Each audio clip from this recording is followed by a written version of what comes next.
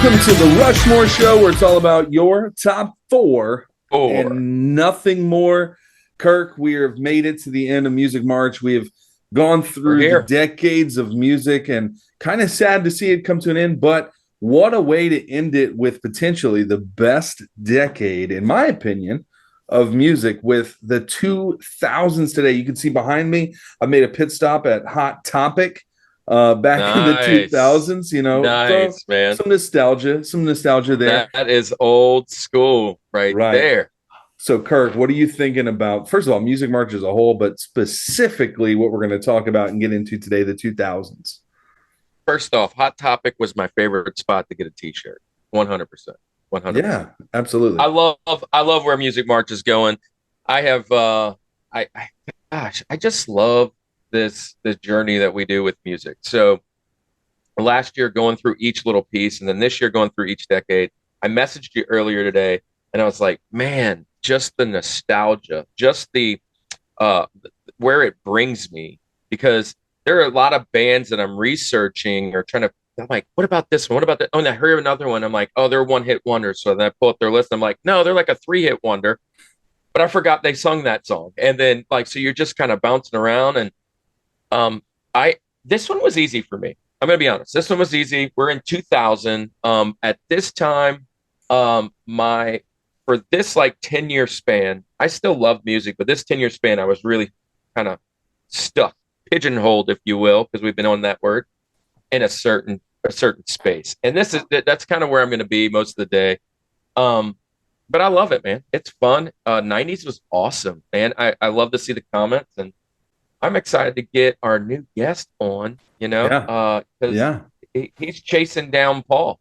Yeah. He's making a strong push for that. But let me say this, 2000s for me, it just is the prime years, because I think like junior high school, and even into college was all in the 2000s. So tell me this real quick. Let's just get some time frames. I graduated in 96. So my senior year was mid last decade. Yes. You graduated about 2007. 2007. Class of 2007. So mid this. So this is kind of where I was last. Right. And, so this is my wheelhouse. This is my wheelhouse. I love this stuff. But look, let's not delay it much longer. I'm so excited to get into the 2000s. So let's get started with our Rushmore of 2000s music.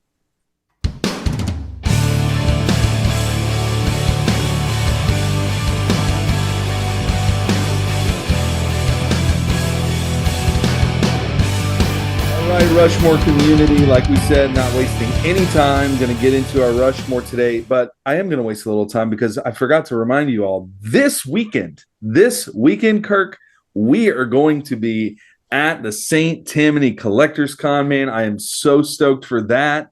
Guys, I am so stoked, man, because I'm looking at this lineup, all these different places. Dude, Cannon was like, hey, we're going to a Collectors Con. I said, yeah, I got a little bit of money for you. And he's like, oh, it's around my birthday. Dude, I'm going to be broke, man. Broke. Go check out their Facebook page and look and see some of these awesome vendors. Your boy, the Collector, is going to be there, man. David Finn. So, a lot of fun stuff. He was supposed to be on our toy episode a couple weeks back, and then or months back, I should say. And so we're gonna hang out, man. It's gonna be a blast. So look, if you're in the area, let us know. Come hang out. Stop by the table. We're going to be walking around filming, doing all kinds of fun stuff, meeting a lot of cool people, buying a lot of cool stuff. So it's going to be a great time. It's going to be a blast. So with all of that said, it's the 2000s. We made it to the 70s, the 80s, the 90s. Now we're to the 2000s. And as I said, I graduated in 2007, graduated high school, class of 07. Our guest today, class of 05, I believe. So he's 2 years before me. So he is that mid 2000s. And, he, like you said, he's chasing Paul's record. Kirk, who are we bringing on with us today? Welcome back for a 4-time U.S. heavyweight champion. Four-time. I can only count to 4. Dennis Freeland.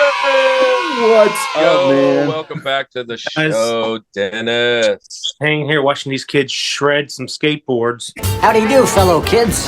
What? So look, man, welcome back. What's been going on, man? You kind of doing your shows? Not really. You know, everybody's got kids, so those are kind of on hold for a while. And I see a couple posts every once in a while. Yeah. Didn't you have like a benefit concert not long back? Maybe a couple months back. October, yeah, we had a benefit for David's kid. Yeah, and that was pretty. Is that the last time you played? That's a good question. No, we played in January.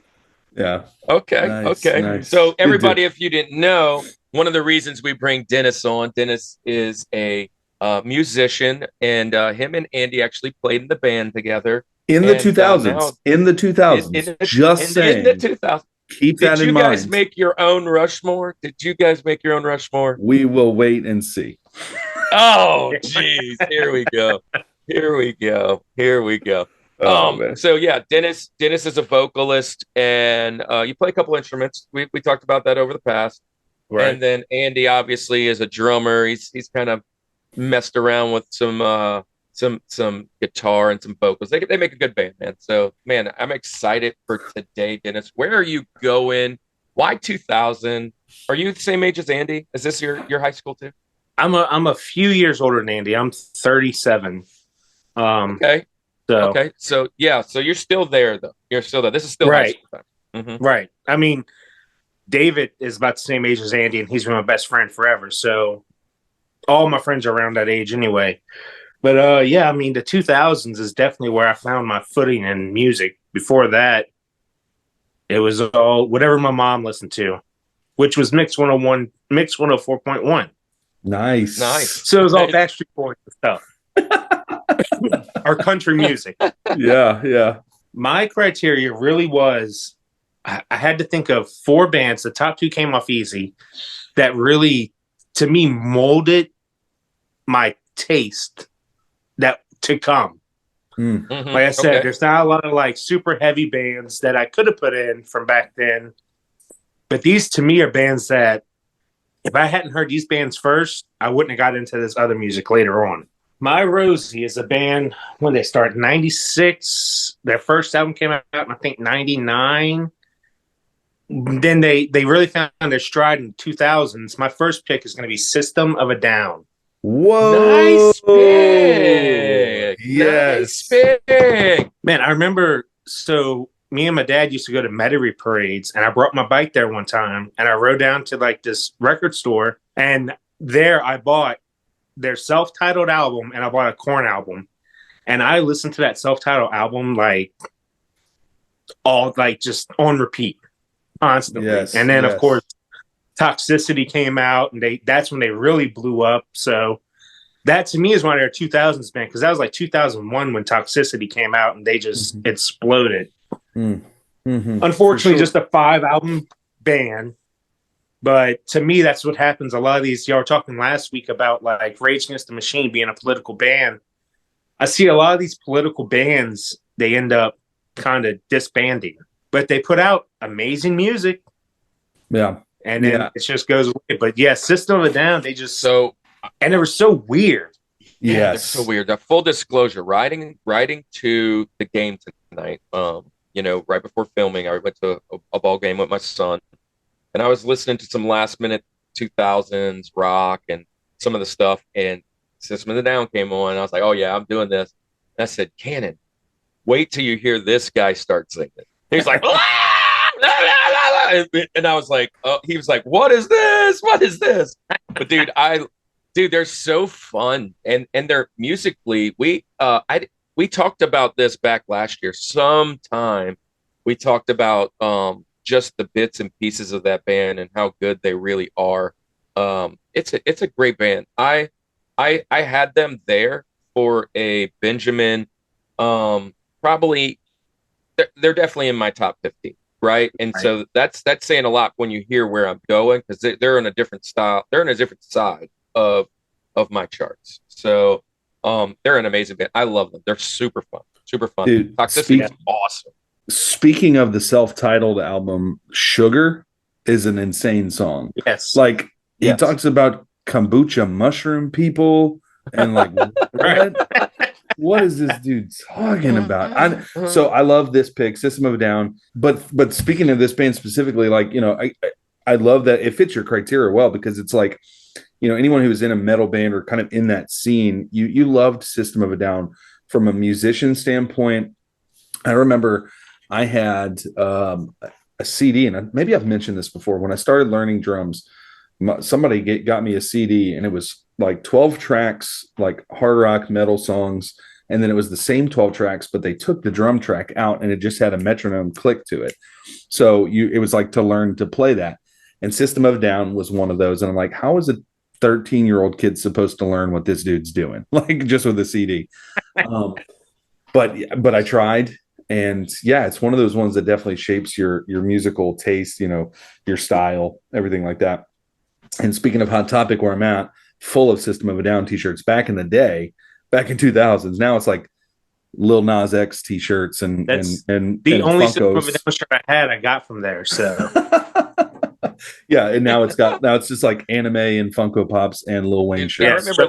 I remember getting like Kermit the Frog as like in a Calvin Klein hood, backward hat, and like the animal doing something. I mean, it was all these weird like t-shirts, like Bugs Bunny and Nightmare Before whatever. Christmas. It was like that. Yeah, lots of Jack Skellington. Like they're all trying to be like hip hop guys, or they're all supposed to be like in a metal band. It's kind of fun. Yeah. Well, great pick. Great way to start. Good pick, man. I love it. Yeah, I love it. So am I next? Who's next?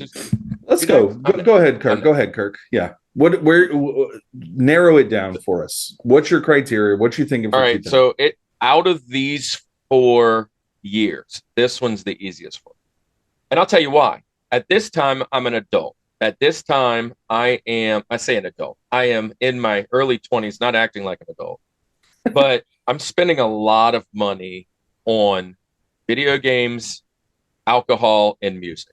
And so when I say that, I am going to a ton of concerts. Like, I am attending, I'm enjoying music. Napster and LimeWire was kind of at its peak in the late 90s, early 2000s. I can remember this is the time I'm downloading full CDs. I'm going to bed and just System of the Down, right? Toxicity, the whole thing. I want it all.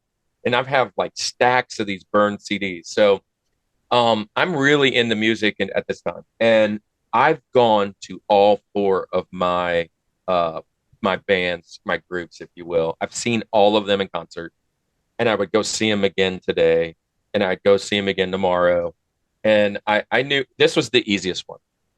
So with all that being said, I don't even know what order I want to put them in. I know who my George has to be, but the other 3, I could flip a coin. So I'm just going to start with the first one that's on my list. And all 3 of these could be. All right, I'm going to go number 4. Saw these guys at the UNO Lakefront Arena with Kill Switch Engage. I'm going with Disturbed.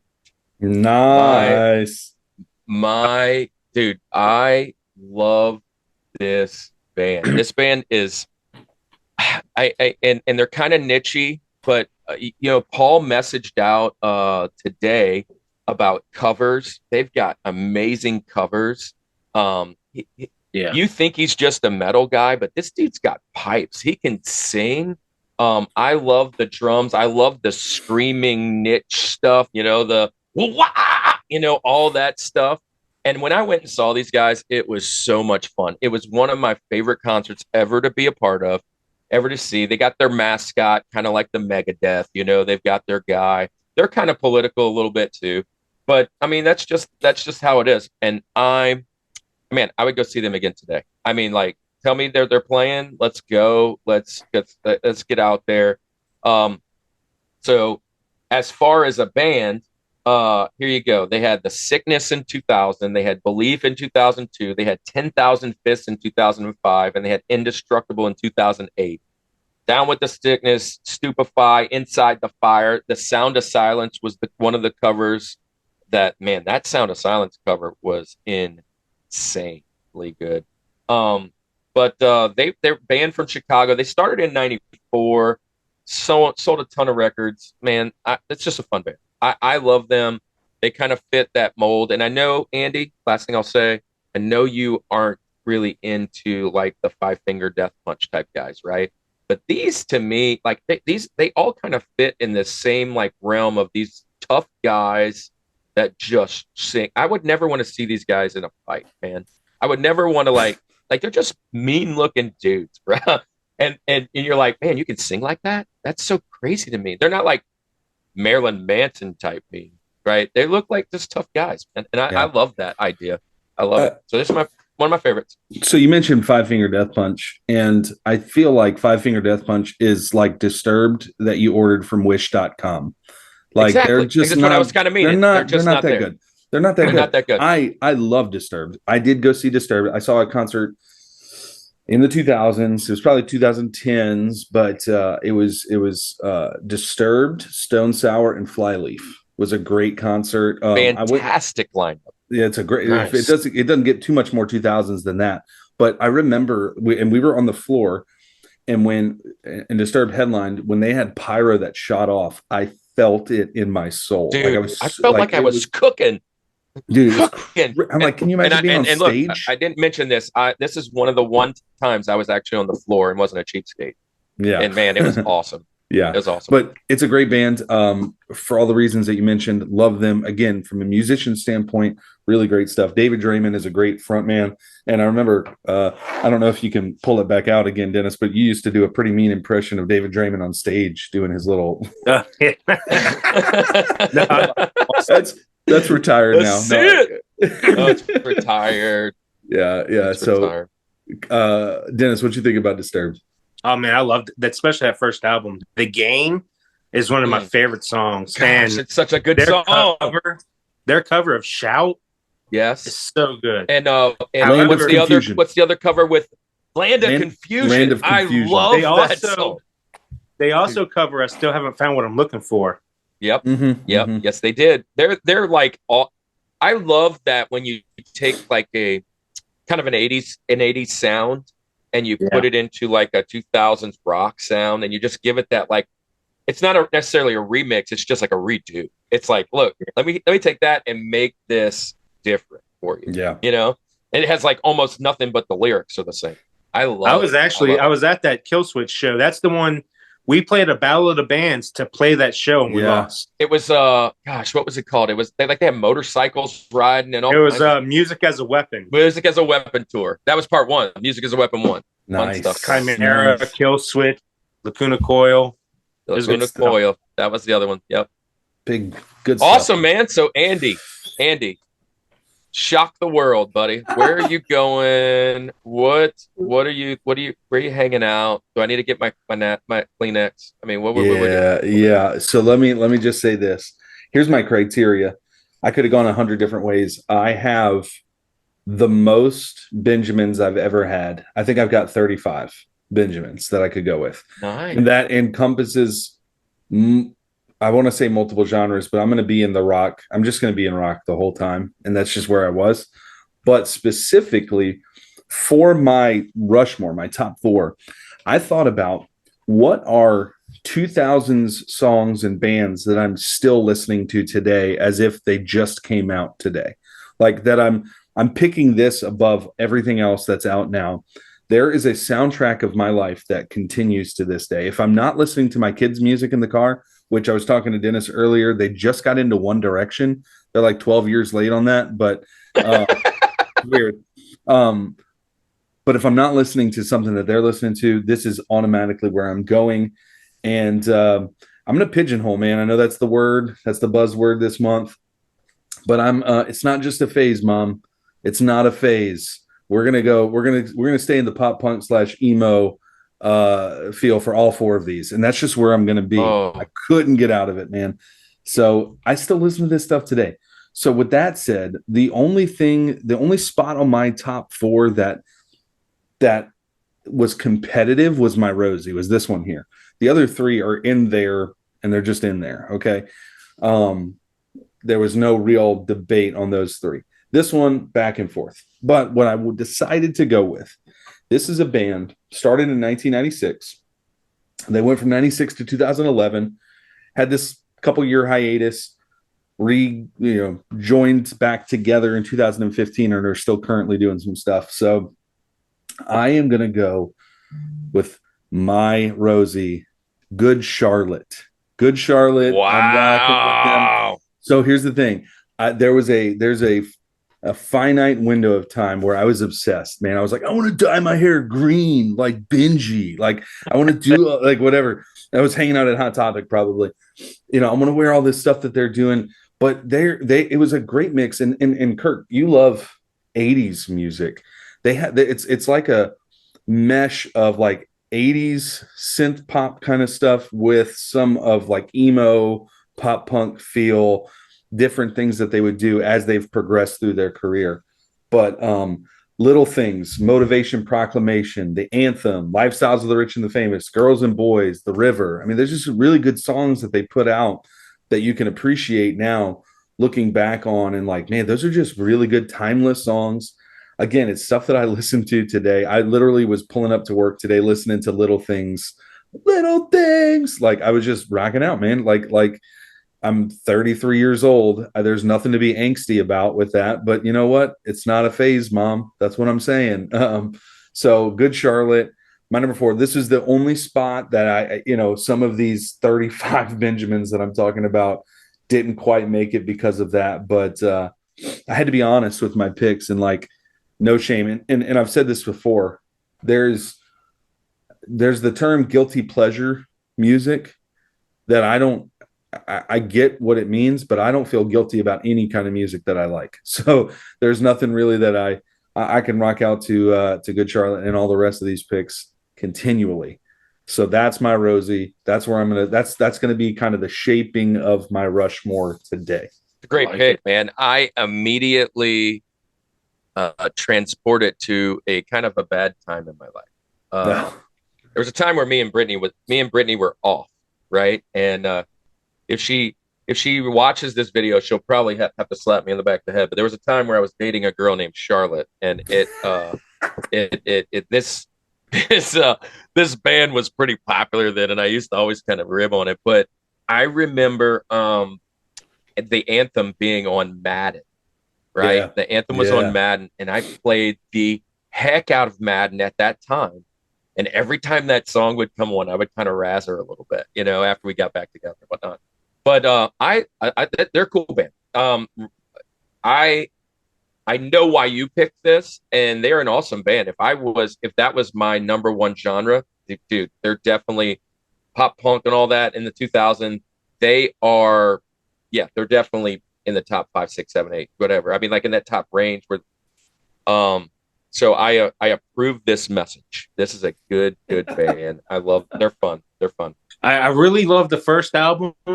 Back in the day, I loved a lot of their stuff. Now I'm not too keen on a lot of it, but I will still jam that first album. Little Things, Motivation Proclamation. Dude. And then other songs, Hold On, and like you said, The River. That's just a good song. Yeah. They're really good, man. It's just like good pop music, but it's so dang catchy with all of that. And it's like just writing good songs. You can't deny good songs like that. So that's where we're going to go with that. All right, Dennis, let's move on to our TJ Jazzy Jeff. Continuing this 2000s throwback. What you got today? I guess this could be one of the first heavier metal bands I got into. And actually, Paul mentioned last week his older cousin Paul. That's how I discovered this band, and that would be Mudvayne. Mudvayne. Been there too. Everybody talks about Kiss with the face paint, and then the 2000s it all started coming back. You had Slipknot with the mask, and then here comes Mudvayne with face paint, and that stage show you could see was just so intense. Their music was just so almost proggy math metal-ish, and it's the way he used his vocals to just get across everything in his. I mean, the songs on the first album are crazy, insane. Although I will say my favorite album by them is their third album, which was recorded in Mandeville. So I love a couple songs by them. Dig is fun. Happy. Fun. Yeah. What's some Not Falling into Sleep. There's some really fun songs. I remember. So this is one of those bands, Andy, that I was kind of talking about. Like I remember them having like 2 hits, and then I started hearing other ones. I was like, wait, that doesn't sound like Mudvayne. They like I remember them being a lot more, scream, guttural, whatever, and they're pretty legit now. And the reason I'm thinking this, and I'll probably save this for a little later. I'll tell you a little bit why I think that, and my probably next pick or two. But I love Mudvayne. They're fun. Love great videos. Dude, their videos are some of the best towards the end of the video time frame. I remember like watching them. Like they had that one where they're like all in like suits, and I think they had that might have been when they took their award at the Grammys or something. But they were all like in suits, like they got shot in the head. Yeah, I think they're Grammys, something like that. But really fun band, different, and I approve this message. Yeah, I took it off my Benjamins too because I went the pop punk emo kind of route, but this could definitely be there. And I want to share this funny story. Death Blooms, Eternal Primates Forever, Dig. You already mentioned. I mean, there's so many good ones. Not Falling, Silence. I mean, so many really good ones. But when I first started, and Dennis, you'll know where I go with this. When I first was getting into playing in bands and stuff, it was me and David Lee was my friend at the time playing bass. And we were starting a band, and it was right around this time where this was all cool and everything. And our whole idea was we were going to just rip off Mudvayne, do the face paint, do the whole, like, they changed their names too. Like the bassist was Rhino, right? And the singer was Cud or something. What was he? Something, I don't remember. But anyway, they had all these names. And so I don't even remember what they were going to be, but we were doing this, and I was messaging Dennis at the time on AOL Instant Messenger. There you go. There's 2000s. And we were just talking about what we were going to do and everything. And Dennis totally blew us off and said, yeah, no, we're not going to do this. And then, that idea faded out, and then we started another band, and then he did join that band after we kind of got out of that whole idea. But yeah, so Mudvayne, great one. I love, obviously, go back to the 70s, like you said, with Kiss, just a big inspiration there. This whole shock rock thing, right? But what was really cool about them is that they did have a time where they ditched all of that, right? Where they went, I think it was probably like their third album or fourth album, something like that. They just ditched all that. Yeah. And their music still held up. Like I think that's where some of those other hits I was talking about came in. I was like, wait, this is a little different. I don't remember them singing this. And then, of course, when you see the album, I was like, oh yeah, that was on that. Dude, World So Cold mindset of World So Cold came out, and it was like, man, Happy, all those things, like, just golly, they're really good, man. I do enjoy that pick. Mudvayne is a solid choice, and I also approve of this message. I got to see them. What was it? 2001 with Ozzy and Rob Zombie. What a lineup! I never saw Soil opened up, but we got there late, and I missed Soil. Dang, that's such a 2000s metal show. Right. I love it. All right, man. Great pick. Can't go wrong with that one. Kirk, let's move to you. TJ, Jazzy, Jeff, what are we bringing there? Are we changing genres here? We keeping it the same? What's happening? So if I am being honest, if I have any guilt in this one, like, I was really upset with 80s. I left a lot out. 90s left a lot out. Even 70s left a lot out. The only guilt I would have is that this is not my George. Okay, because I think they're a George somewhere, got to be. This is a band that formed out in California, 1996, I think. Yeah, so when I graduated, 1996. I'm going with Linkin Park. Good. I'm going with Linkin Park. So look here, let me just paint the picture. I am a huge nu metal fan. I just love it. I love this style. I went from in my 80s kind of being a pop, kind of in that world. And then late 80s, early 90s. MC Hammer, Vanilla Ice, all the way to some harder stuff, and went into rap. Got introduced into metal by Metallica in the late 90s. And then I was so amazed that somebody took the two and kind of started to put them together. And new metal isn't just rap, though. I mean, it's adding jazz and funk and all these different other little beats and things in it. And to me, I think Linkin Park, as well as Disturbed, as well as Mudvayne, as well, they all kind of fit in this same genre. But I think Linkin Park is one of the leaders of kind of that new movement. And Chester Bennington, man, what a great musician. Gone too soon. You know, sad. Another one of those tragic stories. But Hybrid Theory, released in 2000. This whole album, start to finish, it's one of those ones I could just put it on repeat. There's something about some of his music, especially now, knowing the pain and things that he was going through, that I really, it hits different now that he committed suicide and all the stuff that he was going through. You kind of see, like, man, when he wrote this, there's a little different feel. Going back to you though, Dennis, Mudvayne.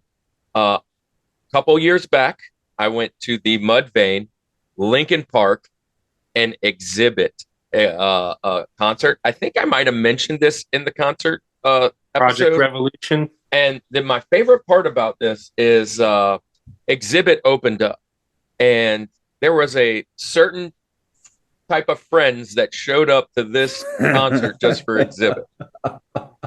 And as soon as Exhibit was done, X to the Z, like Pimp My Ride, all this other craziness, right? As soon as he was done, and he did great. He was also, I remember there was like a gas mask there and all this other stuff. As soon as he was off the stage, Mudvayne comes out. And I think they opened with Dig. I mean, they were just going at it, the guitars, and you could see the people like looking around and going, what in the HE double hockey sticks did we walk into? This is not Exhibit. And so they all kind of jetted out, and then Linkin Park closed, and we just paid for our high seats and kind of just walked on down to the front row. And I mean, we were up front, not all the way up front, but was pretty close for Linkin Park because of Mudvayne. And just a fun band. Dude, this is one of those ones you were talking about. You listen to Good Charlotte. I can listen to them every day. I just love the feel. I love some of the intros. I'm just like, oh, I'm there. I'm right back into 2002 in my car, just looking out the window thinking I'm cool, right? Like, I just love them. I love this band. And hate me if you want. I'm a new metal fan, and this is one of the best. So there you go. I'm not going to hate on new metal at all, because I could have done a Rushmore of that too. And maybe some of my some of my Benjamins will reflect that. I love Linkin Park. You took it from my Benjamins again because of criteria. Just that's where it wound up. But it could easily, like you said, it could be anyone's George.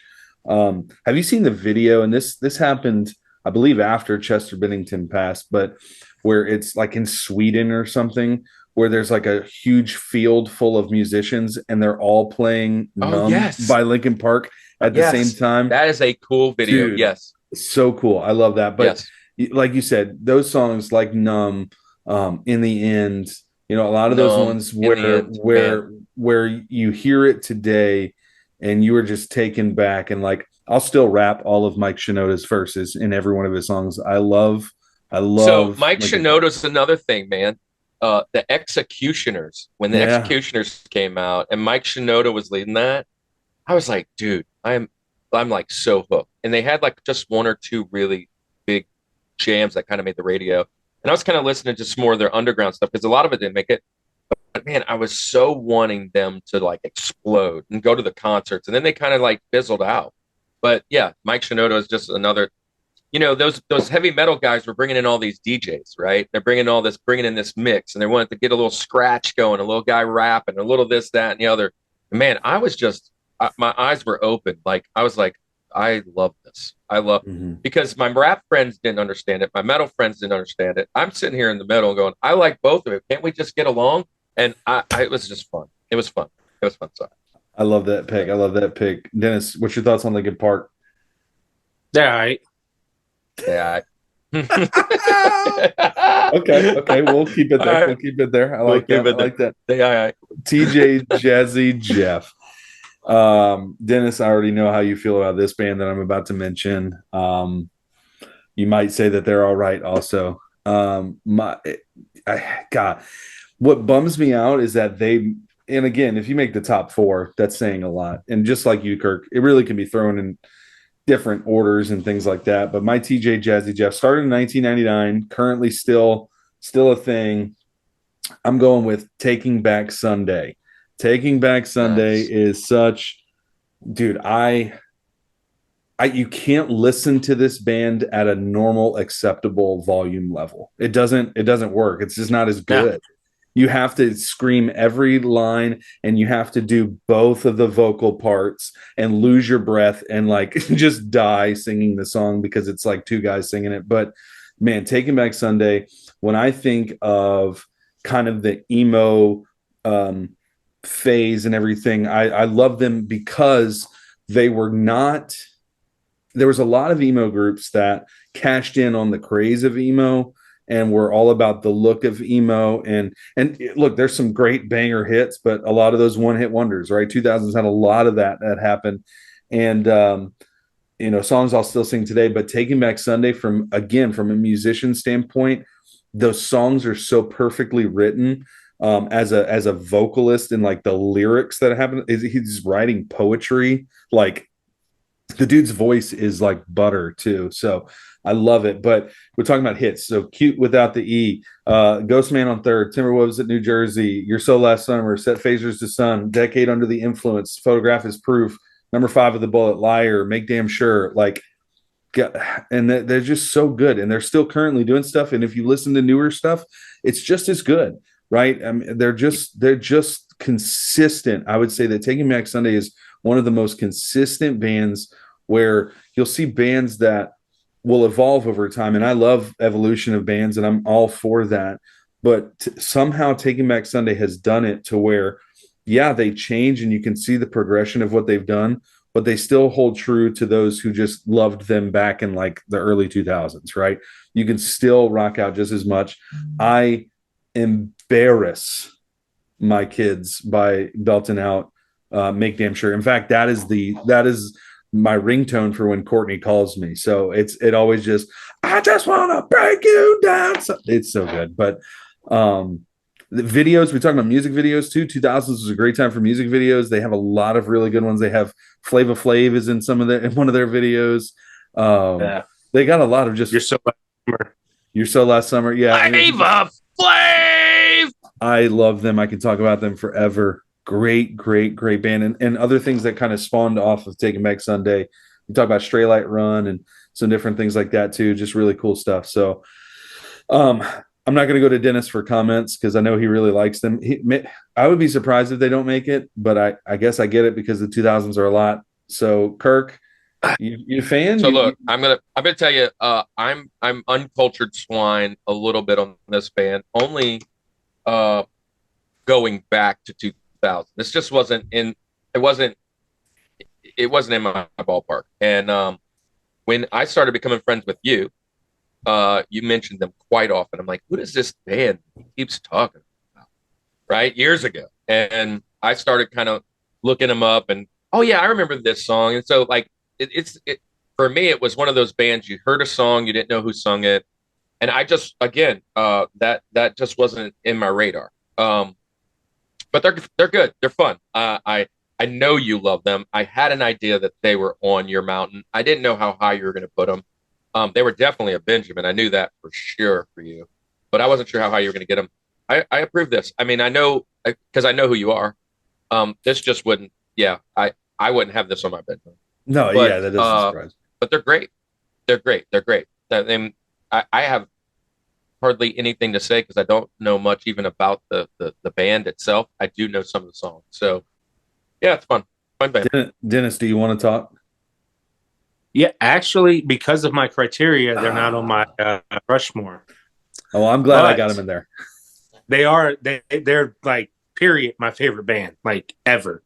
Like, they are number one. I saw the Tell All Your Friends 10-year anniversary show. Like I said, because of my criteria, that's why they didn't make. Oh, so this is that. So this is one of those Jesus picks, right? They're better than the Mountain. That's what I'm hearing. Yes, they are. They transcend the Mountain. Yeah, they have their own mountain. Yeah. I like that. I can respect that. I get it. Here we go, halfway through the mountain already, and I think it's time for a 2000. Now look, that 90s commercial. That was something else. But hey, let's see what we got today for a 2000s commercial, and we'll be back in 2 and 2. It's 2 a.m., January 1st, year 2000. Power's out. It's pitch black. You need light. If you planned ahead, you'll have one of these. Just wind it up. You'll have light and communication. Call now and get the ultimate Y2K survival kit from BeCalm.com. You'll receive the Sunburst, the premier wind-up and solar-powered flashlight and radio, a video resource guide with real advice from leading experts, a diagnostic computer program to test your PC. You'll receive 3 soup samples from Hourglass Foods, food storage you'll want to eat. Plus, you'll receive a step-by-step guide that will show you how to prepare without wasting a single penny. Call now and order your ultimate Y2K survival kit. You get the wind-up and solar-powered flashlight radio, video diagnostic software, food samples, and preparation guide. A $90 value, all for only $49.95. Call 1-800-303-8747 now and tell the operator to rush an ultimate Y2K survival kit to your home. Call now.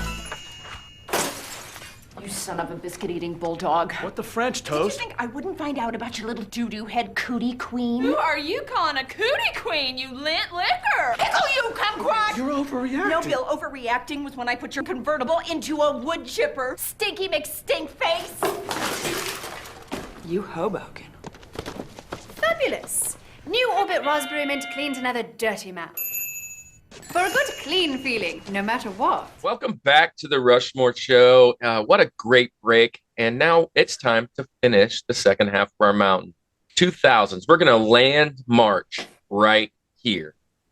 Dennis, man, you've got some real good, you've built a good foundation. What's at the peak? What is your link for 2000s musicians, groups, bands? Where are you going? Well, we've got our first Rushmore. Because I'm going with Linkin Park. I will still listen to Hybrid Theory on repeat. That is one of my favorite albums ever. Love it. Love it. I never got to see them. I won't talk about the time I almost got to see them because it's very long-winded and it makes me very angry. It happened to be the Exhibit concert? No, actually, it was with POD and Project 86. Nice. And That's a fun one, too. We went to Alabama to see them, and things happened, and we didn't get to see Park. Kirk, you're getting him talking about this. He just said he didn't want to talk about it. Yeah, Kirk, what's your problem? No, but this is the kind of stuff that gets you emotional, and it gets you a little angsty, and maybe we could pull out a little 2000 out. Yeah. But you talk about songs that he wrote that now just hit harder. Their newest album that they have a song called Heavy. And when you listen to that song or One More Light off of this last album, they are just, it's like, wow, yeah, no, there it all is. You always know how well an impact, like a musician or an actor or whatever, but usually musicians, has done, especially when they're gone too soon, when the whole like musician community from different genres, different kind of types of music, and people are like, now with Twitter and all that, just all the different, like, man, we lost a big one there, this and that, just all the different bands that just were really behind Chester's recovery and all the things he was going through. And then it kind of like, it was just tragic, and just kind of hear how that all went down. And I remember just being like, no, I wanted to see him again. And it, when I saw this thing where Mike Shinoda, because somebody asked him, like, you guys didn't know because it was his lyrics, and he's like, no, because he was getting it out. Like, that was his way of expressing it and getting it out. Like, we didn't think anything like that was going to happen. But man, yeah, those first 3 albums really are just they were top of their game. And I understand the change they made. You got to keep making money. New metal's not going to pay the bills forever. Yeah, and that's kind of what we talked about over the last few weeks with, bands like Metallica, the guys that kind of go era to era and kind of change and whatever, then come back. And you were mentioning, man, Andy, 60-year-olds don't have anything to be angsty about, right? I mean, like, you've got to kind of evolve a little bit unless you're like Kiss, right? And you're just going to be that band and have those serious fans. But the idea that you're going to be, this 70-year-long career in music and never get stale. And that's why Linkin Park had the impact they did, and Limp Bizkit is Limp Bizkit, right? And no hate on Limp Bizkit. And I know, like, you can like Limp Bizkit and they have great hits and everything, but who remained relevant, right? And I know, like, there's like a nostalgia of Limp Bizkit where they kind of had a comeback and things, but in all honesty, there is a benefit to evolving. Now, there's a difference of evolving and selling out, and we can debate that, forever. But I think it's great, man. Like, we need to stop hating on musicians and bands for changing with the times to remain relevant, because what's going to happen is they're not going to be around, and we're not going to be able to enjoy their music anymore. So we're just killing the band that we love by being that way. So, I'll get off my soapbox there, but that's just kind of my feeling. Look, man, I've always said if I could sing, I would have sold out a long time ago. Right, exactly. I love it. There's another quote that Gene Simmons says, and again, to pull this out, when he got asked, did Kiss sell out? He said, "You dang right we did. We sell out every night." So like it's like that's just, it's a business. We got to know that that's part of it too. And as long as they're not like going off the roof crazy, then just respect it. So, Kirk, let's move to you, man. Link, number 2 on your list. I should have probably kept Linkin Park for Link. Good job. I love Dennis. Dennis, great job. Great job on that. It's great. Great job. I didn't even think about that. I like that. I thought about it right now because, these, again, Disturbed, Linkin Park, and this band, I could have interchanged them. And Andy, you mentioned them. I'm going with Limp Bizkit, man. And Limp Bizkit to me, I mean, this is going to be my one that's hated, and I know it is because I've watched the hate on Fred Durst forever. And man, I went and bought red backwards hats, dude. I remember going to this concert. This concert was Limp Bizkit, DMX, and Godsmack. Fire concert, just amazing. And Godsmack is another band, but and we kind of mentioned them in the Benjamins last, but they could even make it in the 2000s. I'm telling you, Limp Bizkit is just fun. They brought on DJ Lethal, and this dude did a moonwalk on the stage on his knees. It was insane. But anyways, Limp Bizkit's so much fun, man. Did it all for the Nookie, because my generation. He started with a cover with Faith, basically, in $3 Bill, y'all. And then that was in like the early 90s. But what blew him up was Chocolate Starfish and Hot Dog Flavored Water. And that whole album, and then the next one, those 2 albums, right, Rollin' and all that, were just dope. I remember I was in the Air Force when this was going down. And I remember going to and from work every day. It was an hour drive. I would listen to the whole album, one of them on the way there and one of them on the way back. And I was just such a huge fan. And I was really upset when Borland left. I talked about this in Basis last year. And I know he was kind of ticked off with the whole Limp Bizkit and Rage Against the Machine and all that thing that they were kind of fighting back. Tim Comerford climbs at the show. He was all ticked off. Limp Bizkit won the award and they didn't. And he climbs up and he gets arrested, and freaking shortly later, De La Roca leaves, and not much later, Wes Borland goes and joins, right? The ones that are, and then he comes back, and it was a weird thing. But now it's fun to kind of watch him. You were talking about they're making a comeback. I would love to go see him now. The dude, if you haven't seen him recently, he looks like he drives a minivan. Okay, he looks like he drives a minivan. He doesn't wear the hat backwards anymore. He's got a gray beard, full on gray beard. He looks like a minivan. But I just love this band. They're so much fun. This is the type of music I listen to when I just want to have fun, man. I just like chill. I can listen to the whole album. The only problem with them and several of these bands I'm talking about, I can't always listen to them with my kids, right? Because if I put the album on, they're gonna curse a little bit here and there, and to find all the radio versions and keep that thing going. So I usually only listen to a song here or there. I know the hate they get. I'm presently ready for that to be in the comments. I'm presently ready to be it here. But I love this band, and you guys. I mean, Andy, you should have known it. I got the flag. I got the hat. I almost went and got my red hat. Right? I was like, yeah, I'm ready to do it. Limp Bizkit is it's there, man. It's my dude. It brings me to 2000. I know I just mentioned Limp Bizkit in a negative sense, and I don't hate Limp Bizkit. I'm just making the point that we see how the careers of the two bands are I totally get that. I totally get that. But if you go online, I mean, it's nothing but hate. For sure. I mean, like, well, not nothing but if you pull up YouTube, you type in Limp Bizkit, all the beginning stuff is hatred towards, especially Fred Durst, because he was really a jerk. I mean, I could say some other words from back in the day. He was a jerk. He was. I watched a whole video on like 12 musicians, popular musicians, Marilyn Manson, and again, Rage Against the Machine, and just so many, Placebo, and all these guys that absolutely hated him. Yeah. And well, you know what's he built a little reputation for himself.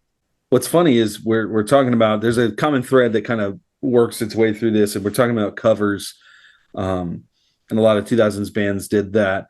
Dennis, it's so funny. So when Dennis and I were in a band together, we would spend so long writing a song between me and Brett and Chris. You've mentioned all of this. We would spend so long, and we'd finally get a product down to where it's like, man, we were just really proud of this. And you'd play it live, and we had our friends that would come to the shows, and they liked it and everything. But Dennis, do you remember when we decided to cover "Break Stuff" by Limp Bizkit? People lost their minds, and it's the simplest. It's just song. one of those days, dude. It was like people are jumping off of the roof, like it was just bonkers. You would think, like, I felt like I was on top of the world, playing this simplest, if only we could fly, dumbest songs ever. But all that to say, that's because that song is so simple but so good. Like, again, from a musician standpoint, and we say West Borland, and they have great musicians, but that song's not that great musically. It isn't, and a lot of their stuff isn't. It's just so fun. simple. Right. It's my favorite way to say it. It's fun. It's fun. It's energy. It's definitely not Linkin Park. Okay, Linkin Park is a whole nother level. But if you say new metal, this is the number one I immediately go to, and then all the other bands kind of come in. And Linkin Park's one of them.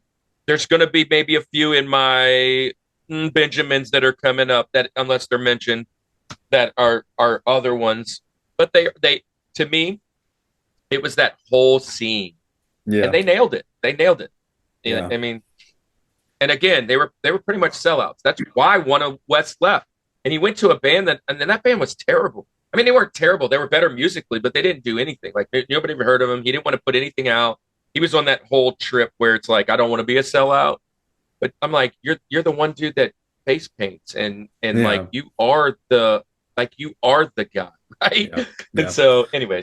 All right, let's What any comments on Limp Bizkit, Dennis? No, I love Limp Bizkit. Like everything you guys have said. That's their last album that they put out, they called it "Still Sucks." So like they don't care. They're like, cool, yeah. Andy, where you bring us back? Yeah, man. So these again, like I said, top three was automatic without a doubt. This band, 2001 to 2013, another band that went on a hiatus, rejoined in 2019 to present, currently still together. Cannot get out of this whole emo time without talking about My Chemical Romance. My Chemical Romance is my link. Dude, they're so good. So, okay, we're talking about Helena, I'm Not Okay, The Ghost of You, Welcome to the Black Parade, which I said is the calling card for all emo kids. You hit that one note on a piano and they all gather, right? I Don't Love You, Cancer, Teenagers, Famous Last Words, Sing. So many good songs that MCR put out. And it's what was different with them. They were kind of in that somewhat theatrical emo side of things. And yeah, they're gosh, I love them so much. It was a group that we couldn't get by without listening to. I still belt out those songs, just like with Taking Back Sunday. If I'm listening to it, I'm not okay. Like my kids know I'm not okay, that song, and they love it, and they're like, they rock out to that with me too. This is a band. When my wife and I started dating in high school, this was just one of those big ones for us. I have not gotten to see them, but I do have a funny story. Senior trip high school, 2007. We had we went, and senior night, all the seniors that are there for senior night get a concert that gets put on, and ours was at Magic Kingdom, which is cool, right? Like Disney, that's great. The band that was playing was The Fray, and go back to 2000s, Brooke Hogan, Hulk Hogan's daughter. Do you remember that? Remember that was the thing? Brooke Hogan opened for The Fray on senior night. I'm like, no, I'm going to Splash Mountain. Peace. I don't care to watch The Fray. But what I was so ticked about is that at Universal Studios that same week, I think it might have even been that same night, that whoever chose to do senior night there, My Chemical Romance was the performance at freaking senior night. It would have been crazy, and I wouldn't have been on any rides because just to go see them. But yeah, this is high school. This band right here is just immediately, I'm back in high school. I'm thinking back to all, friendships and listening to these songs, blaring it on the radio, putting the CD in. Another band that music videos, again, that whole theatrical side, like really cool music videos.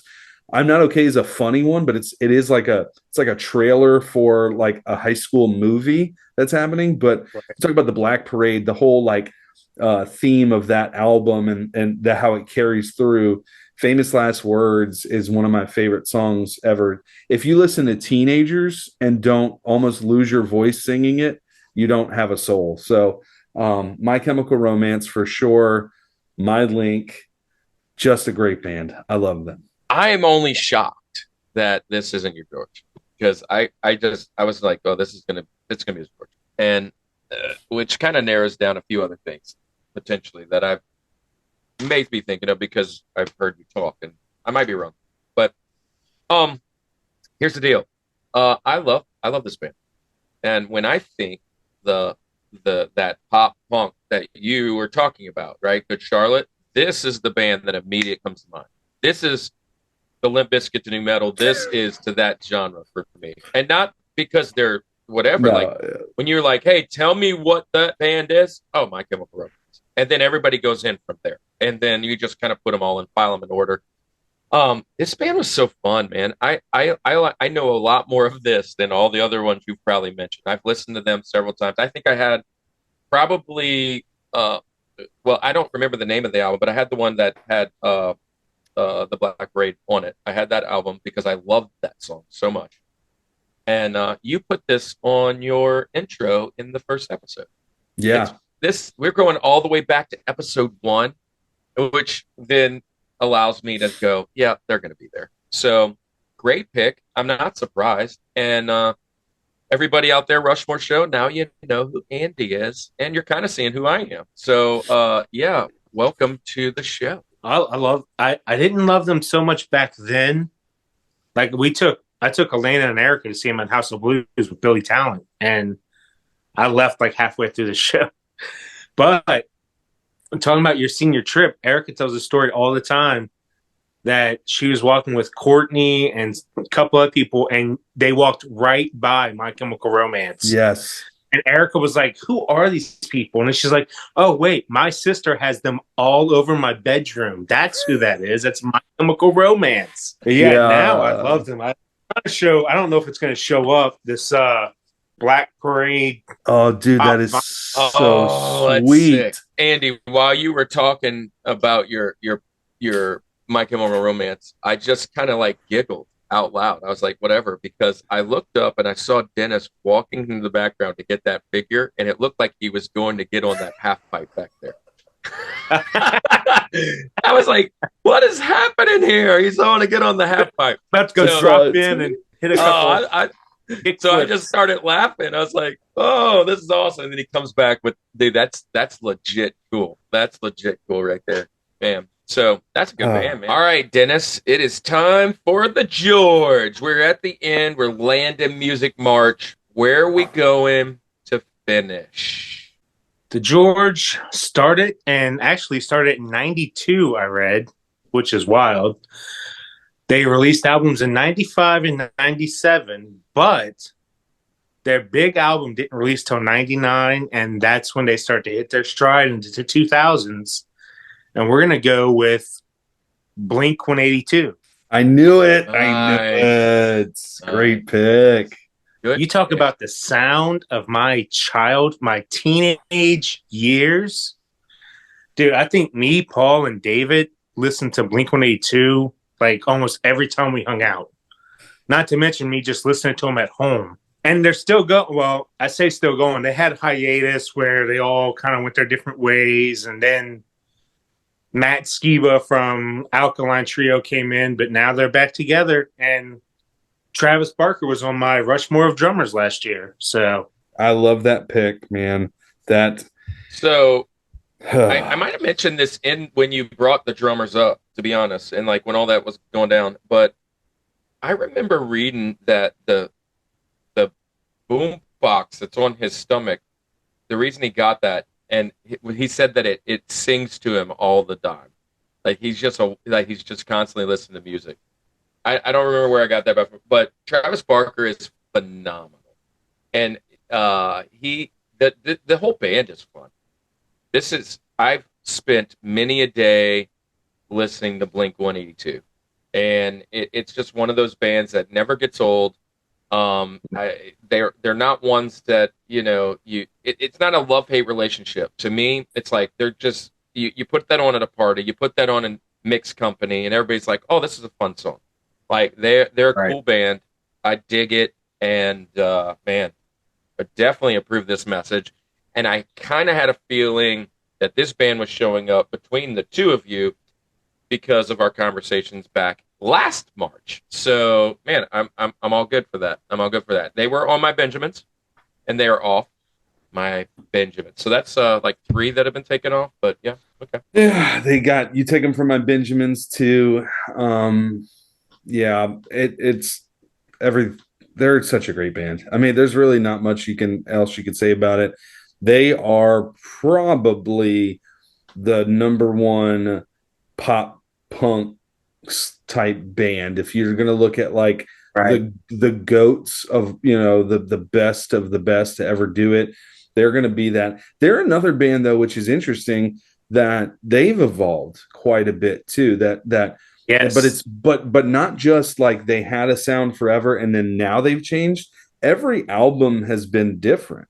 Like they've got some real punk style songs, and then they've got I Miss You that comes out and you're like super emo, like they go all over the place, and on the which same, is just a meme now.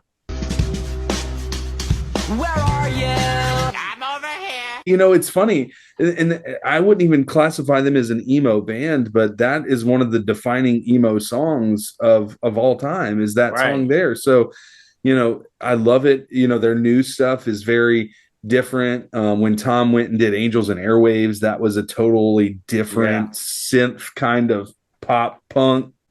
I never got into them, but Boxcar Racer, Transplants, Plus 44, those were all great. Yeah, they had a lot of spin-off bands that happened. Mark had a cancer scare or something for a while, I believe. Yeah, a couple years ago. Yeah, and they're back together. It's another band that people can get mad at for the evolution and the changing, but again, they've got to be pushing 50 now. I mean, like they're pretty old. They're up there.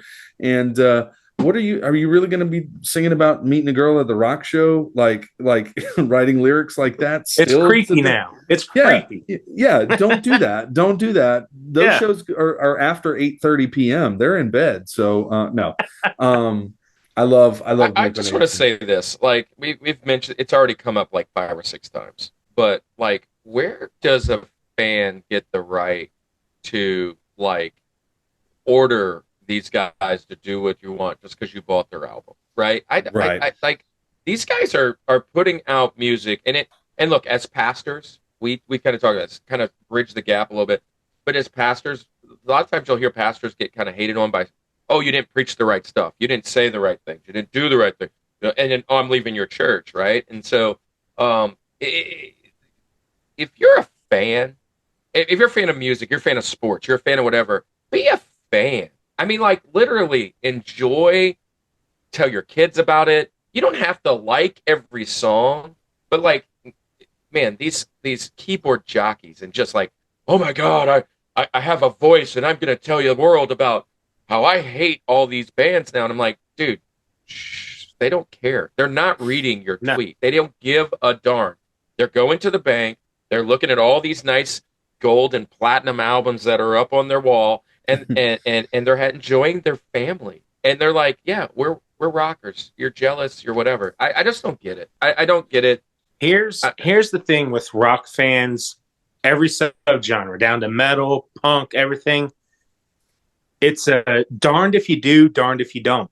Mm-hmm. If you change, oh, that band changed. If you don't change, oh, well, they just keep writing the same album. So it's like you don't win with the fans because they don't know what they want either. Yeah. Well, I mean, they just want to talk trash is what they want to do. Right. Yeah, it doesn't matter what you do. Yeah. So I love it. Obviously, Blink, like I said, the GOAT when it comes to that, without a doubt. So, Kirk, I'm interested though, man. George, what's happening? I told you I had a George, and a George was number one, and I knew it was George back when we were in the 70s. I knew it was George when we brought this all up. It's the one I had to have there. I'm going a different route. I'm not new metal on this one. I'm not new metal. But I am coming from some of the roots. Born in 1972, his name is Marshall Mathers, and I'm going with none other than Eminem. Yeah, Eminem, dude. Late 90s, this dude blew up with some of the funniest dang songs you've ever heard. I mean, if you saw the album, it's a Vicodin cartoon character. Right, he was so toxic. He was he was addicted to pills. He was addicted to all kinds of things. Some of the things he's talking about is like duct taping his ex-wife into a trunk. I mean, like, it was just weird. It was funny, and as a early teenager, early 20s guy listening to this, it was funny. It was new. As a white guy who had rhyme, he's a lyricist. This guy he's poetry, and I love watching all these other new guys take what he's done. Like, there's so many rappers that you're like, is that Eminem? Like everybody wants to try his cadence and who he is and his beat. And I've seen him in concert, one of the best concerts I've ever been to. It was my George last year, or when I did concerts, but the Up in Smoke tour, and it was with Dr. Dre and Snoop, and he was there, and I went to see all those guys, but I wanted to see him. And I seen him again at I think it was Jazz Fest or In Fest. It was one of those fests. He was there, and I love the guy. And now he's sober. He's being a decent father. He's still got people down his back. He's kind of feuding with MGK and all that stuff. But nobody cares about Machine Gun Kelly. But he's going to chase him down to try and make his fame. And as far as rappers, I mentioned Tupac last week. I mentioned Eminem this week. To me, those are the two GOATs for me. And then everybody else falls in line. And I couldn't have... I love rap music a lot. I don't listen to it as much anymore. It's not really travel music with my kids. As a pastor, I do get conflicted sometimes with some of the things he says. But knowing his story and where he's going, and that he's just trying to be a better person, right? And I think the last time I saw, he's like several years sober. And, 8 Mile was fun. Dude's got 15 Grammys as a white rapper, right? Over 150 million albums sold. Stan, I cry. I mean, Stan. I mean, just a great, great song. Marshall Mathers, the first 4 albums are fantastic. And the dude just put out an album in 2020. He doesn't stop. He just keeps putting it out and putting it out. To me, he's the George. People will fight me if they're real rap fans. I mean, you're going to say Nas. You're going to say some of these other guys as far as lyricists. You're going to go back and tell me about Jay-Z. Because, we mentioned that with Linkin Park. To me, it starts in Eminem and Tupac, and everybody falls in line. And so, had to be my George. Although I don't listen to it a lot anymore. I had a huge Eminem poster over in my dorm room. Like, I was just a huge fanboy of this dude. I was the guy wanting to write him at Stan, but not that far, not that upset. But I mean, it was just a fun time. I loved it. So Eminem, Marshall Mathers. When before we started filming, Dennis and I were talking, and we were just kind of thinking about what would be on your list, and I was like, he could go a number of different routes, but I know Eminem is on his list. Look, every reason that you shared, I myself personally am not as much of a hip hop fan, but I do appreciate when you have a legitimate artist doing what he's doing. And there's been, there's a reason why the Eminems or the Jay-Z's or the whatever last as long as they do. And throughout the span of their career, there's all those artists that come and go, right? They have the hit, they've got the feuds, they've got whatever, but they don't have the longevity because they're just something that they don't have. So Eminem's got that X factor. He's got something about him, and I think it's not just some magical coincidence thing. I think that outside of some of the earlier songs, because some of that stuff's a little bit silly that he was doing back then, some stuff with D12 and things like that. But his for real songs, your stands and, your different ones that you're talking about like that, Lose Yourself. So I have a list here. Guilty Conscience with Dr. Dre. That was kind of slapsticky, but it's hilarious. Dre is his conscience, and he's talking about the conscience is telling him, "No, don't do that." Kind of like the back in the day when you had the cartoons with the devil and the angel on each shoulder, right? But then when you get into this album with Marshall Mathers, Stan, and the Steve Berman skit is awesome. The Way I Am, The Real Slim Shady, Remember Me, Marshall Mathers, Drug Ballad. And then some of these I can't say the names, but he tells a story. He's just a poet. He's really a lyricist. That's when you're in the hip hop world. That's where he made his money. He can write rhymes. And that's what I was going to say. Is that the lyrics are and the artistry that he has with it, I think, is what is added to that longevity, right? Whereas you've got other guys that'll come along and have a hit or two, and that's great. But he's just continually been that. And again, common thread here, that evolution. You've seen that change. And a lot of that has to do with, like you said, his sobriety and just aging, and that's going to happen. I mean, how long can you write rap songs? He talks about his daughter a lot, right? Yeah. And that's a big deal to him now. You can tell he wants to be a good father. He came from a crappy home, man. And so, 8 Mile is kind of a autobiography-ish, if you will, of him, right? His style. But anyways, we can go on and celebrate that, and this could be a whole show to me just on him, because as far as fandom goes, there isn't many that I would have followed. Now, as soon as I got saved, I kind of put this stuff away. I put a lot of this gangster type, heavy drugs and cursing and sex all away. But even his stuff, it's fun to listen to and go, gosh, how in his brain did he go, I'm going to say this and rhyme it with that? And his cadence and what he does. It's just, I'm always blown away when he brings out something new. No, I love him. Like, that's where I thought Kirk was going to go. And I love Eminem. Like, The Way I Am is probably one of my favorite songs ever, let alone rap songs. And I've seen so many other rappers, they say, like, no, that is Eminem he's the GOAT. Like, he's the best that there's been. Like, he's just that good. He is that good. He is that good. Anyways, man. All right, one more to go. One more to go. Finish off Music March. There was no doubt in my mind that this was George. This is a band, and I've messaged you this before. I think I've messaged you this before, Kirk. And again, it's all opinion. I mean, everything about Rushmore is opinion based, and music taste is all opinionated and all that, right? But for me personally, I think this might be the perfect band. Like, the songs they put out, oh, dude, it's crazy. And what's even made this better as of late, so this band is 2004, and they just released a new album not that long ago. What's made this band even more relevant and more current and more endearing to me is that my children absolutely love this band. I'm right. My George is Paramore. I love Paramore so much, dude.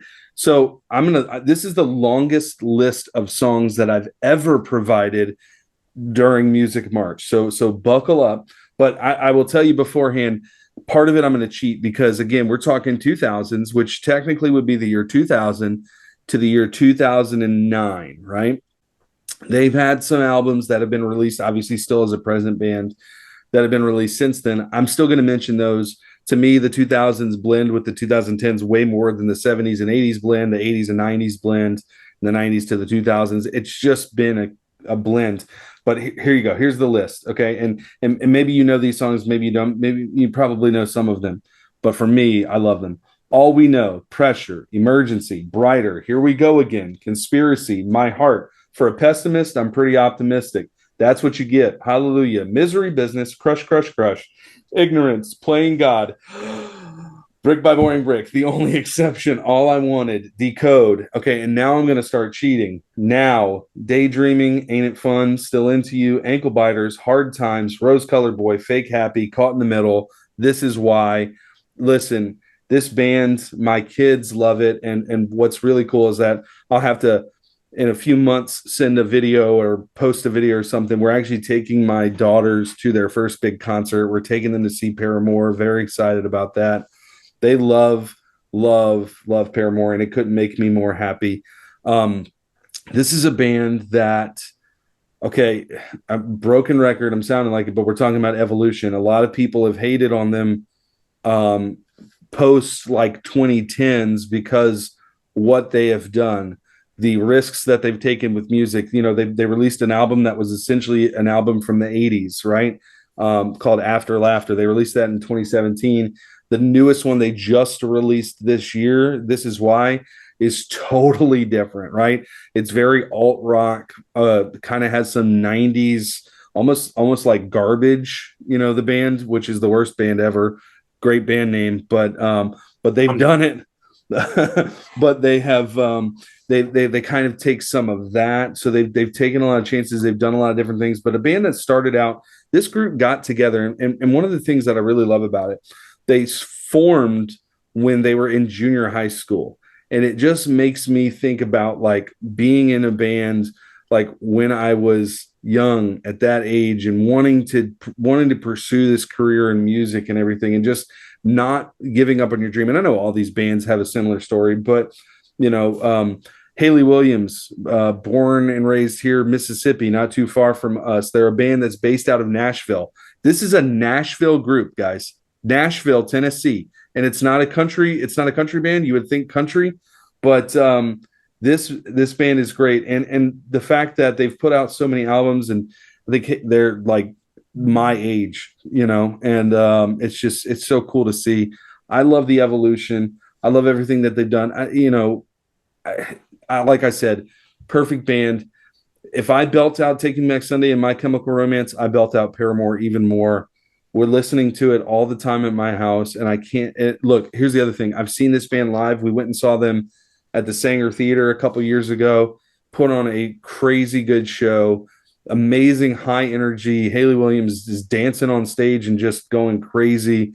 And then they can break it down and do acoustic set. And I love this band so much. Paramore is my number one 2000s band. As I said in my criteria, I have to still be listening to them I put on Paramore all the time, and I love it so much. So that's my George, man. That is my number one. And Kirk, I know it wasn't a surprise to you. I hear that in your voice when you said that. But any thoughts on? I was like, come on, say it. Yeah. I love this band. This band is great. Everything that you said. What made them big for me, and this is, I always relate things to like stuff where I'm at that time was Rock Band. Yeah. I mean, got the guitar stuff, and playing Paramore on that was just fun, man. And I loved it so much. But you talk about Hayley Williams, she is a goddess among women when it comes to vocalists. She just has this almost like a perfect sound. Like it's sweet to the ears. It's just really good. You don't even have to tell me it's Paramore, and I know it. I don't know all their songs. Oh, that must be Paramore. Is this Paramore? Who's this? Is this Paramore? Yeah, that's Paramore. And because you hear her, you hear some of those things that are going on. I remember a couple of weeks ago, you told me about your kids going to this concert. Super happy for that. Super happy for you guys, because I know how much you love that, and I can't wait for you to post the pictures, because you say you're not going to post pictures, and I better see at least one dang picture of your kids with Paramore in the background. Yeah, I better see one. Yeah, I need one. I don't know if I'm going to be able to hold it together. I get emotional talking about it. Like it was a very big thing. Like me and my dad going to see concerts, and like being able to take my kids to their first actual like concert, you know, outside of like their only idea of concert is Sunday morning worship at church, right? Like that's all that they can think of. So, but man, to take them to this is just going to be, it's going to be great, man. I'm excited for it. So, Dennis, what's your what you think about Paramore, man? Love them, dude. That, like you were saying, from the first album, Emergency, in my heart. I listened to the latest album because This Is Why would not stop popping up on my TikTok. And what was it? That song, and like I can't remember the name of it, like Say Slavi or something like that on the new album. Say Como Both Sa. of those songs are so good. And I would love to see them. She is, yeah. Erica can hear me. I don't care. I would marry her. She's amazing. I freaking love Paramore. They're so good. And like you said, people complained about their changes, but are you telling me you don't sing along to This Is oh no, what's that song? Ain't It Fun? Oh dude, Don't Go Crying It's to a Your great Mama. song. Oh my gosh, it's so good. It's so good. Yeah, that breakdown. Don't go cry yet. Oh, dude, it's so good. I love it. I love it. That's a great pick. I love it. Yeah, and this was a band too. It's just like even back in 2004, loved them. So I've followed them for their whole career. So I just feel like I've grown up with them, and I couldn't not have them on my list. Well, there we go, guys. We have made, and it's kind of sad. It's kind of sad to me that we finished out our Rushmore, because I want to talk about 2000s music forever. But you know what's good about that is that we do get to continue to talk about it in a segment just a little bit we like to call It's All About the Benjamins. I was thinking today we could call it It's All About the Breaking Benjamins. Oh. Giving away picks. Are we just giving away picks like that? We're just giving away. You get a pick. You get a pick. You get a pick. You get a pick. Anyway, let's get into our Benjamins. It's all about the Benjamins.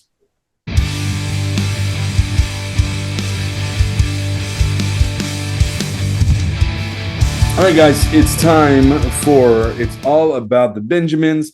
You guys know the rules by now. This is a new set of Rushmores, of the ones that just missed the cut. But what we're going to do is we're going to bring you another top four honorable mentions. The only catch is we can't crush more. We only had one crush more during the actual Rushmore segment, which was good. Linkin Park, let's go. Fitting, and that's a great pick to crush more with. But we can't crush more anymore, and we can't use ones that were already used in these. So it's a fresh 12 that you're going to hear about today in this segment, and we're going to go ahead and keep the same order. Do it snake draft. We're going to start with you, Dennis. Your first honorable mention, your first Benjamin. What you got? Let's go with Slipknot.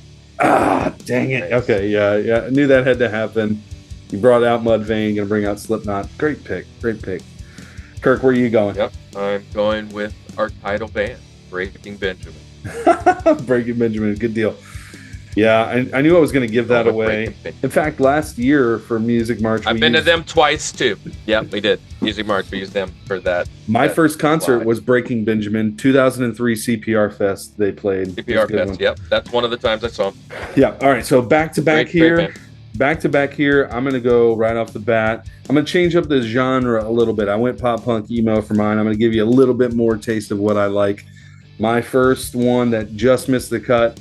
The Killers. I love The Killers. That so many. Mr. Brightside, man, great song. You mentioned trying to go to a concert for them one time, didn't you? Yeah, I know. That's for you, Daniel. That is for you. I feel like Daniel. that was the conversation, right? Yeah. Was with Daniel about a concert to them? Wasn't that a concert? Yeah. I never got to see him, but anyway, they're good. My next pick, my next Benjamin. Dennis, maybe I'm taking this from you. I don't know if I'm going to or not, but August Burns Red. Christian metal, big influence. Love August Burns Red. I'm going with a band that I kissed my wife for the very first time. Stain. Dang it! Oh. Dang it! I should have taken. I'm glad I didn't take it. You got to share your story. Yeah.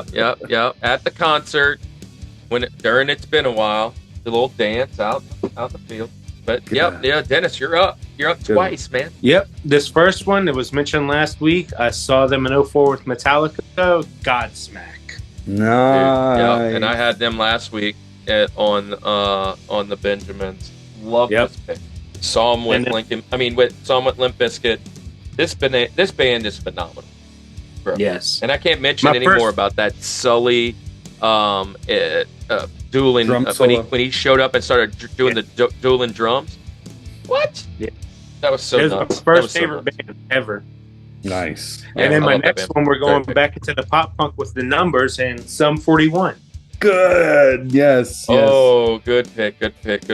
All right, man. So, I'm gonna go with Click Click Boom. I'm going with Saliva. Nice. Click boom. Yeah, I'm triggered. I love Saliva. I mentioned it in our notes. Saw these guys, and dude, they were in complete leather, like polyester jumpsuits, and it was like 170 degrees outside. I don't know how they didn't die, but they're a fun band, and it's one of my favorites. That's 2000 for me. Well, that's good because now I get my next two. Obviously, you're all taking Benjamins away from me because I have a list of 35. But my next two, my final two, closing it out, I'm going to go with Coheed and Cambria. For one of my Benjis. Love that band so much. I love that band too. They were here not too long ago. Yeah, I saw them with another band that was on my Benjamins that I won't talk about right now at a concert. Really cool concert. Anyway, my last one, I could go any direction here, but I'm going to do this one. This is a nod to my wife. Big fan of this one. I'm a big fan of this one.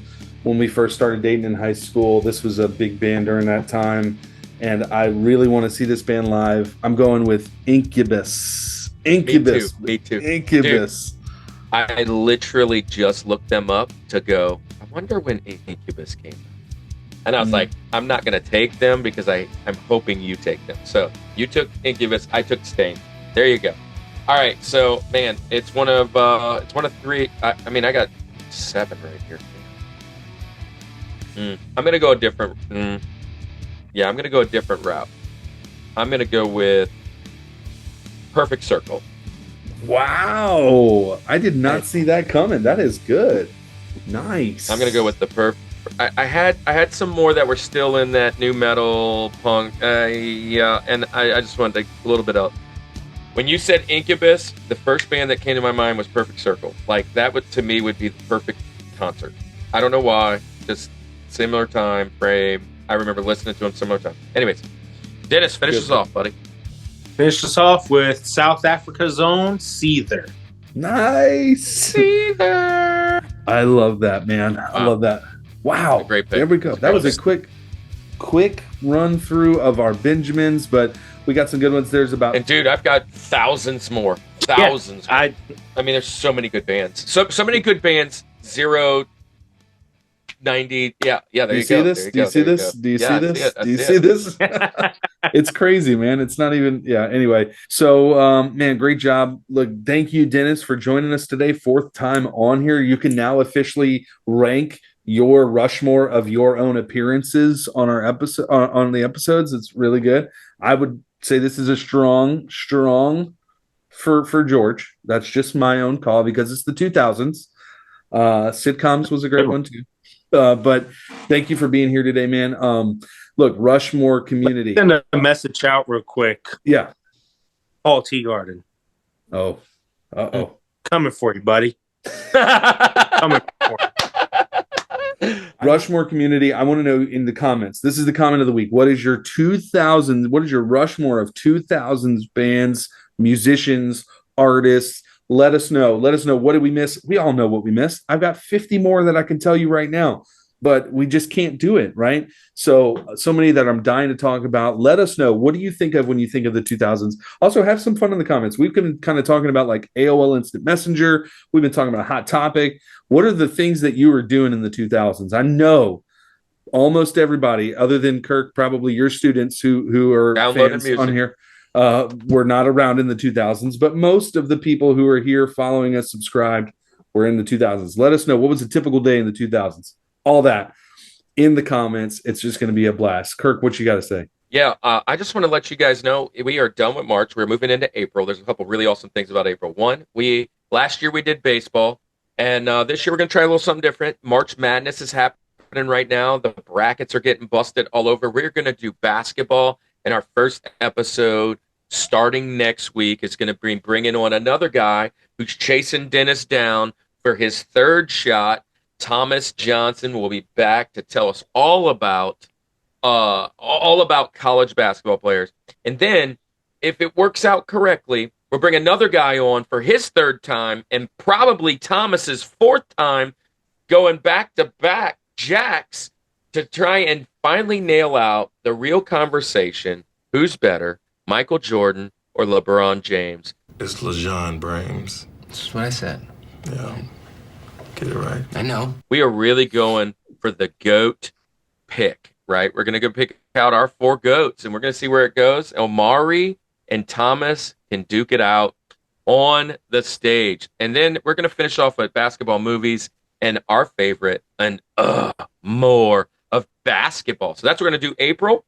But during April, kicking off April real fast, we're going to go live April 1st and 2nd from the St. Tammany Collectors Con over at the Casting Center in Mandeville.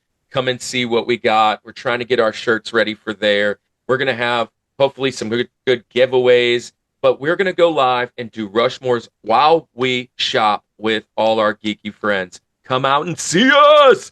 Andy, bro, thanks for bringing on these cool friends like Paul and Dennis. I have just enjoyed meeting your friends. Dennis, thank you so much. Andy, bro, you got anything for our fans before we head out?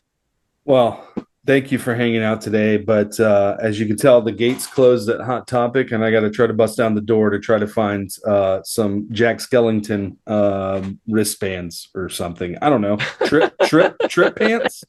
Trip pants. That was another thing. You got some Jinkos in there? Are there some Jinkos in there? Or something? We're going to have some fun stuff. But, man, it's been a blast. Dennis, again, thank you for being here today. I love these blasts from the past. I'm kind of sad, man. I want to do music all the time. I just want to talk about music all the time. You know, music is a big hit. We're probably going to retire just doing music. You know that, right? It's just going to be music and sports. That's the only 2 things we're ever going to talk about when we finally run out of stuff to talk about. Yeah. I'll be here every March. See you next March. Yeah. All right, guys. Well, Andy, like, share, subscribe, hit the button. How do we finish this thing? This is the Rushmore Show, where it's all about your top 4. And nothing more. Peace.